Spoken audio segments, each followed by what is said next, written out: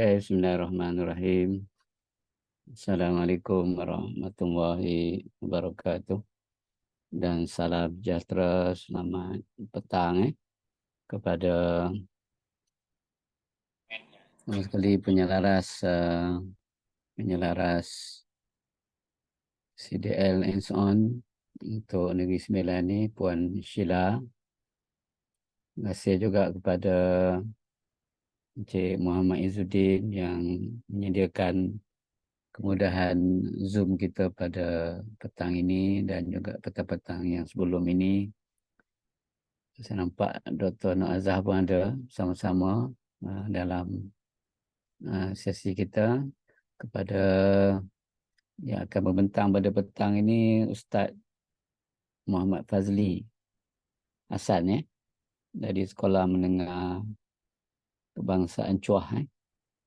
Jadi, dan juga kepada rakan-rakan guru yang dikasih sekalian. Pertamanya, saya manjatkan syukur pada Allah kerana memberikan peluang, memberikan ruang, memberikan kesempatan dan kekuatan untuk dapat bersama-sama pada petang ini untuk membuat sedikit perkongsian.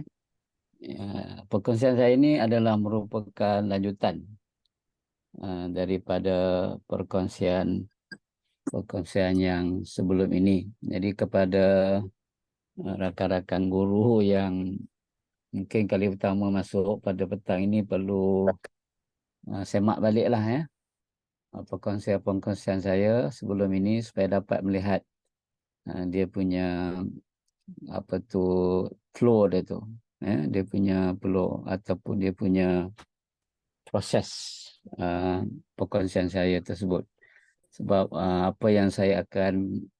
biasanya apa yang saya akan bentangkan dalam sesuatu perkongsian itu berkait dengan apa yang telah saya kongsikan pada perkongsian yang sebelum ini. Jadi pada petang ini saya akan memberi fokus kepada satu lagi teori baru, bukanlah baru, teori yang berkait dengan proses pembelajaran. Saya masih lagi memfokuskan tentang bagaimanakah pembelajaran berlaku. Bagaimanakah pembelajaran berlaku. Jadi seperti yang saya telah bincangkan pada sebelum ini. Okay.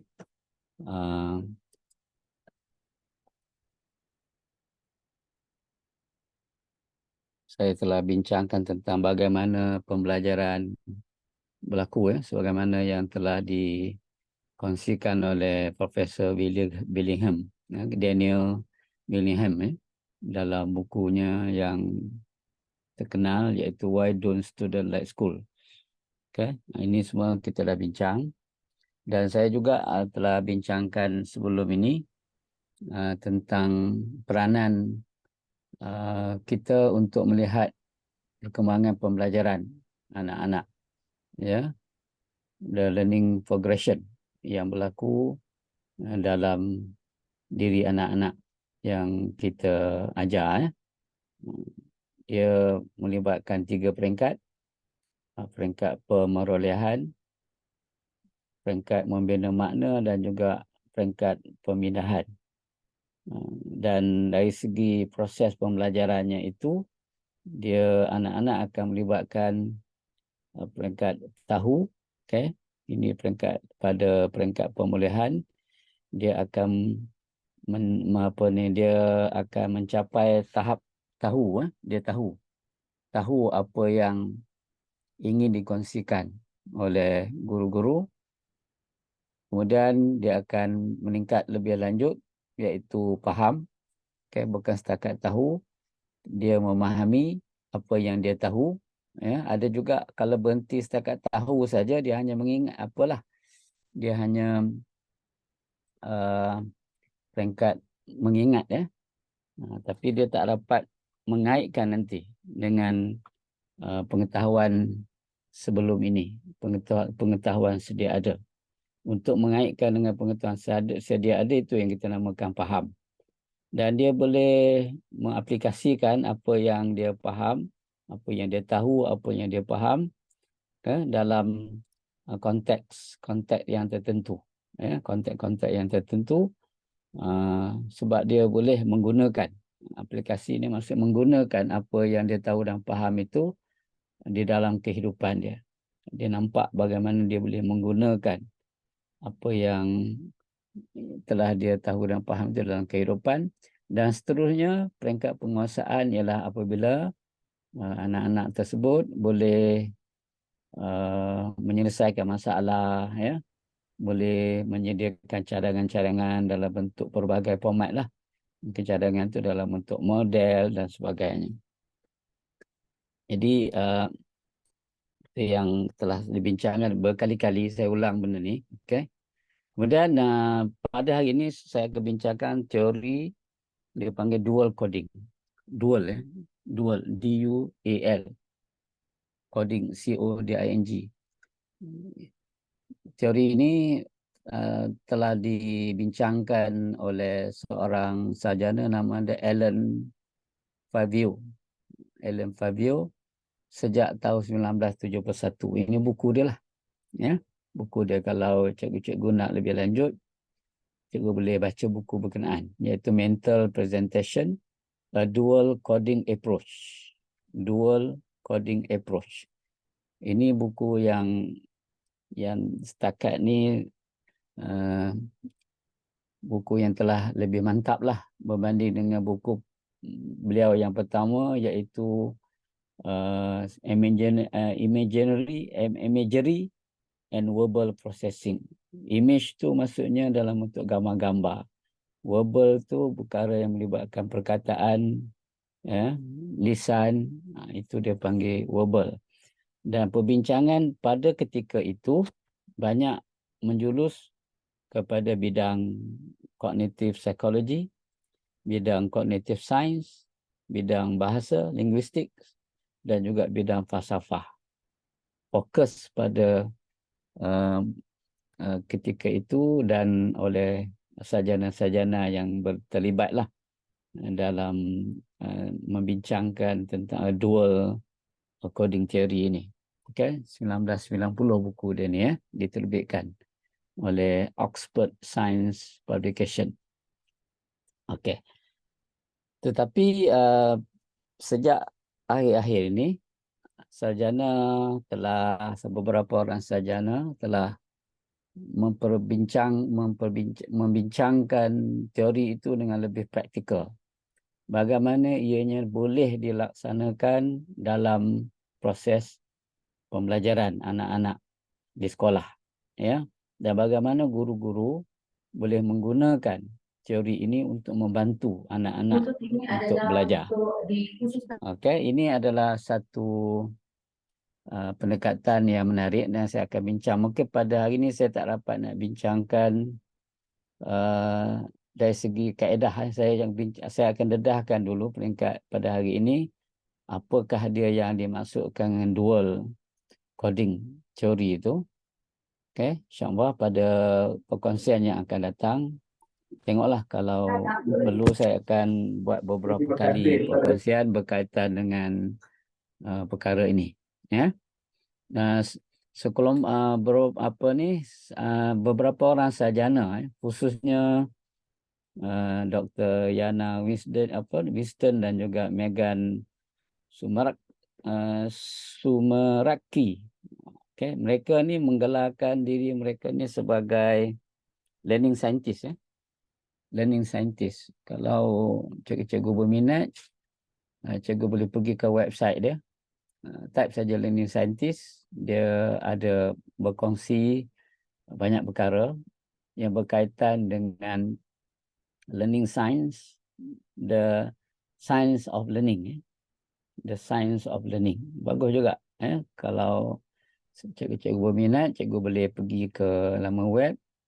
Tapi kalau nak mendalami pemikiran mereka, idea mereka, boleh baca buku dia ni. Ya, buku yang diterbitkan pada 2019, Understanding How People Learn. Okay, a visual guide. Bagus sebab dia menggunakan visual. ada gambar-gambar, grafik-grafik yang boleh membantu kita untuk memahami lagi perbincangan dalam buku ini. Jadi dia mengamalkan apa yang dikatakan dual coding itulah. Ya, menggunakan banyak gambar-gambar, grafik-grafik, di samping menggunakan tulisan macam biasa kan, buku dia dalam bentuk tulisan, tulisan. Dan ada juga sekarang buku yang boleh bercakap kan. Kalau tengok di apa tu, di Amazon, dia dah dengar dah 2-3 tahun lah, ya. Dia juga memberi juga peluang kepada pembaca-pembaca untuk mendengar. Ada orang baca buku tu, kita dengar aja pembacaan buku itu. Jadi kalau kita memandu dan sebagainya, jadi tak payah baca buku lah, kita dengar orang membaca buku. Jadi uh, mungkin nanti bila AI sudah berkembang dengan lebih lanjut, nanti lagi banyak lagi lah beberapa kemudahan untuk kita meningkatkan keupayaan kita menguasai apa ni, bahan-bahan yang dikongsikan.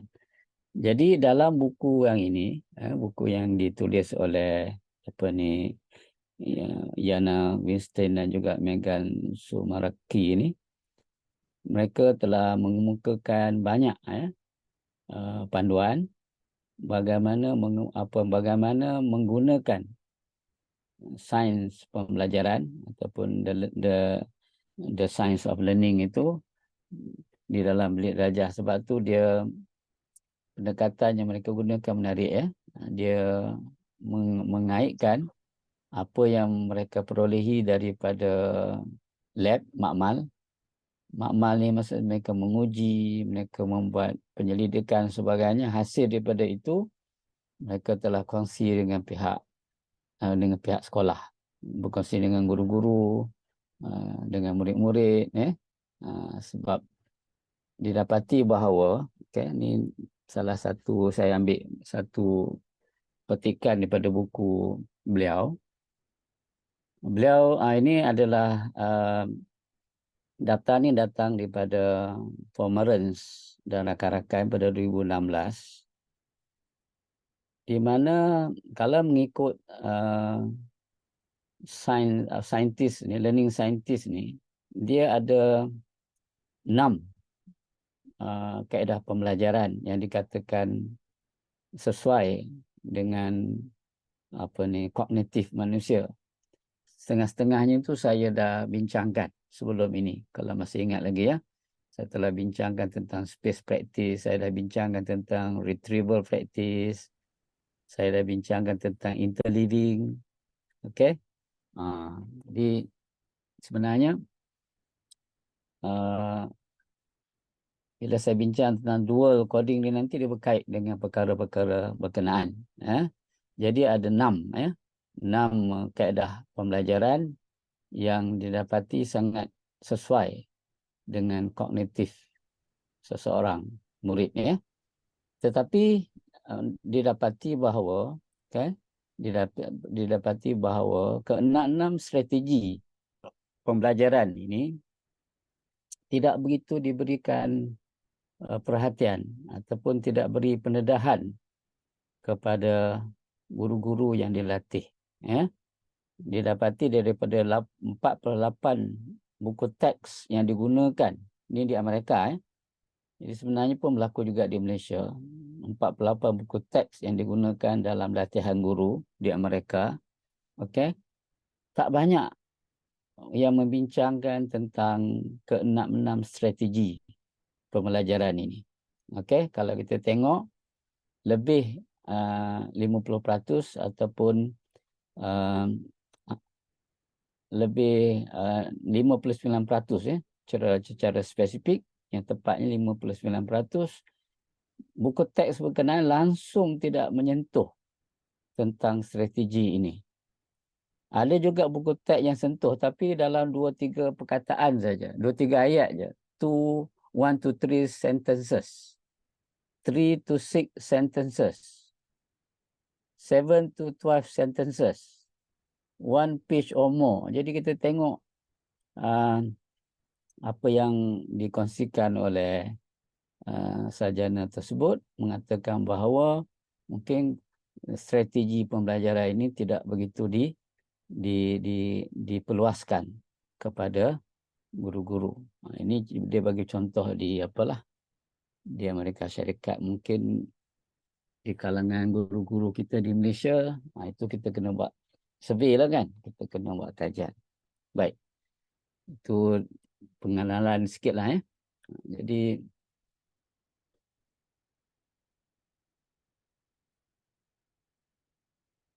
ini adalah dia punya asas kepada teori dua coding ini. Teori dui pengekodan. Saya tadi dah perkenalkan sedikit tentang Alan Fabio ini. Okay. Sebenarnya dalam teori ini, mereka membincangkan tentang kalau sekiranya bahan pembelajaran yang dikemukakan itu dalam dua format. Satu format gambar. Yang kedua dalam format perkataan. Yang lazimnya yang kita gunakan tu ialah dalam format perkataan ataupun lisan yang merupakan rangsangan. Kalau mengikut Richard Mayer, seorang lagi sarjana ni, saya akan bincangkan kemudian nanti. Dia bincangkan tentang teori multimedia. Richard Mayer, M-A-Y-E-R. Dia bincangkan tentang multimedia. Multimedia itu melibatkan lebih banyak lagi panca indera. Tapi di sini dua panca indera yang terlibat. Satu penglihatan dan satu lagi pendengaran. Okay? Jadi cara dia otak kita memproses. Okay? Otak ni bila saya sebut otak, ingat baliklah apa yang kita bincangkan, ingatan bekerja. Okay? Masuk yang akan diproses dalam ingatan bekerja. Satu dalam bentuk pemprosesan bukan lisan. Okay? Dalam bentuk gambar dia tak banyak sangat perkataan dalam gambar-gambar berkenaan kan. Dan satu lagi memproses perkataan. Okay? Dan ianya akan dijadikan sebahagian daripada pengetahuan anak-anak berkenaan. Bila nak jadikan pengetahuan ni, kita dah bincang sebelum ini. Maksudnya mereka dapat mengaitkan apa yang sedang mereka pelajari dengan apa yang telah mereka ketahui. Ini yang dikatakan hubung kait dan integrasi. Hubung kait dan integrasi dengan pengetahuan sedia ada. Jadi dia melibatkan dua bentuk ingatan. Satu ingatan bekerja, the working memory. Dan kita tahu bahawa working memory kita ni sangat terhad. Ya, sangat terhad. Kalau mengikut literature, mengikut pendapat-pendapat para sarjana, jangan banyak sangat perkara-perkara yang dikongsikan dalam sesuatu masa. Dia mencadangkan di antara 5, 4, 5, maksimumnya ialah 9 perkara dalam sesuatu masa. Dan berbeza dengan ingatan jangka panjang seperti yang telah kita bincangkan. Ingatan jangka panjang ni dia tidak ada had. Unlimited. Sampailah kita ke akhir hayat kita lah, ia boleh menampung pengetahuan-pengetahuan yang kita perolehi. Cuma isunya sekarang ni ialah keupayaan, kapasiti ingatan bekerja. Sebab tu kita perlu faham supaya nanti anak-anak boleh melalui proses pembelajaran itu dengan lebih baik. Okey. Kalau kita lihat dari segi teori ini, sama juga macam apa tadi slide yang sebelum ini, cuma yang ini dia lebih detail sedikit. Kalau kita tengok ada dua bentuk rangsangan. Satu bentuk rangsangan untuk melihat perkara-perkara yang berkaitan dengan gambar, visual. Dia panggil visual spatial. Gambar-gambar dalam bentuk lakaran dan sebagainya. Cara ingatan bekerja kita memproses ialah dia akan memproses sekaligus, serentak. Kita tengok gambar tu kan, kita boleh proses serentak. Okay? Sebab gambar tu datang sekaligus. Tetapi kalau rangsangan ataupun dari apa yang dibelajar daripada persekitaran dalam bentuk lisan, kata-kata ataupun dalam bentuk tulisan, perkataan, dia diproses secara sekuen, secara berurutan.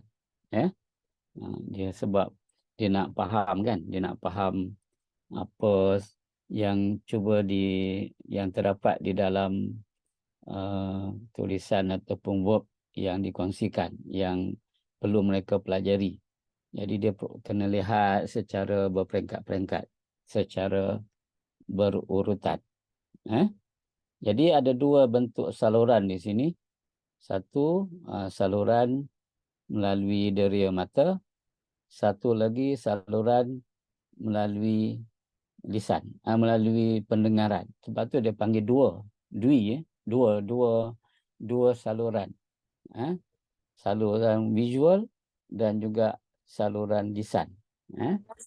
Lisan. Jadi kemudian kedua-duanya ini akan dipindahkan ke dalam ingatan jangka panjang.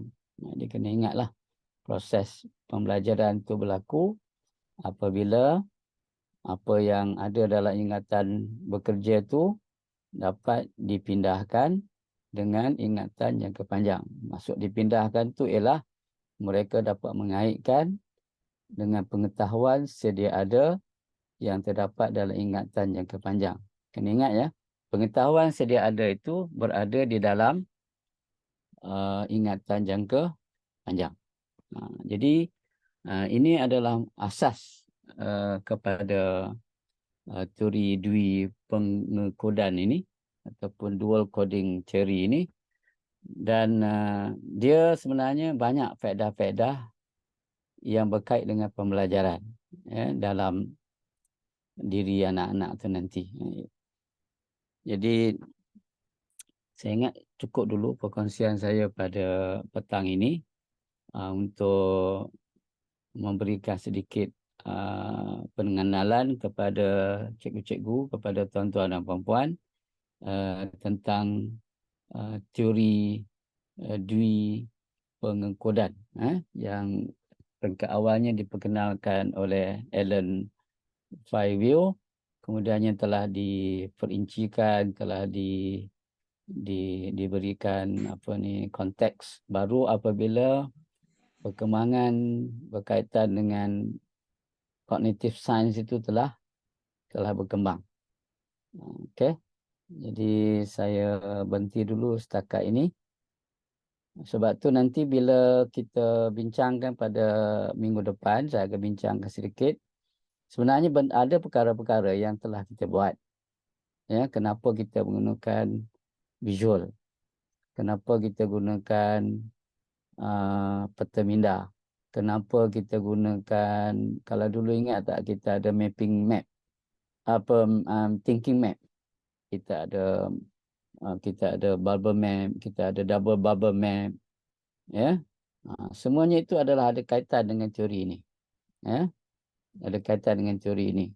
Jadi sebenarnya dia juga akan membantu anak-anak untuk memproses maklumat dengan lebih cekap dan dapat meringankan sedikit beban kognitif yang dialami oleh ingatan bekerja. Kena ingat seperti yang saya terangkan sebelum ini, ingatan bekerja itu mempunyai kapasiti yang terhad. Tapi dengan adanya pendekatan dui coding ini, dui pengekodan ini, menjadikan beban kognitif, kita dah bincang pada minggu lepas, teori beban kognitif. Jadi beban ingatan bekerja tu dapat dikurangkan. Jadi sebab tu kalau kita dapat gabungkan kedua-dua saluran ini, saluran penglihatan dan saluran lisan dengan baik, dengan berkesan, tapi dia mesti berkait lah. Gambar yang grafik yang kita kongsikan itu, visual yang kita kongsikan itu mesti selaras dengan apa tu rangsangan lisan. Jangan gambar lain, cerita lain. Jadi dia akan menyebabkan kekeliruan pula nanti kepada anak-anak. Jadi saya berhenti dulu setakat ni, saya serahkan kepada Puan Sheila untuk meneruskan sesi yang seterusnya. Terima kasih.